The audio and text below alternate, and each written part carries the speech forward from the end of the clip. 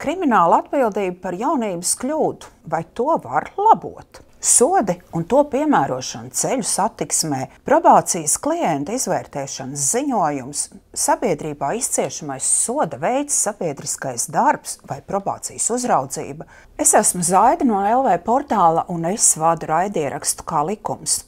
Un tās ir tikai dažas no mūsu pēdējām raidierakstu Kā likums sarunām. Tici vai nē, šādas situācijas dzīvē pienāk negaidīti, un mēs esam apmulsuši, tāpēc ir labi zināt, ko likums tev ļauj un ko labāk nedarīt likuma vārdā. Raidieraksti Kā likums ir domāti ikvienam, jo mēs tos veidojam tev, lai tu sarežģītās likuma normas varētu saprast vienkārši. Tā teikt, sēdi, klausies, iegaumē un atceries. Uz tikšanos turpmākajās raidieraksta Kā likums epizodēs.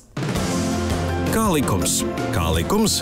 Jā, Latvijas Vēstneša informatīvās platformas raidieraksts Kā likums. Tiekamies ik trešdienu.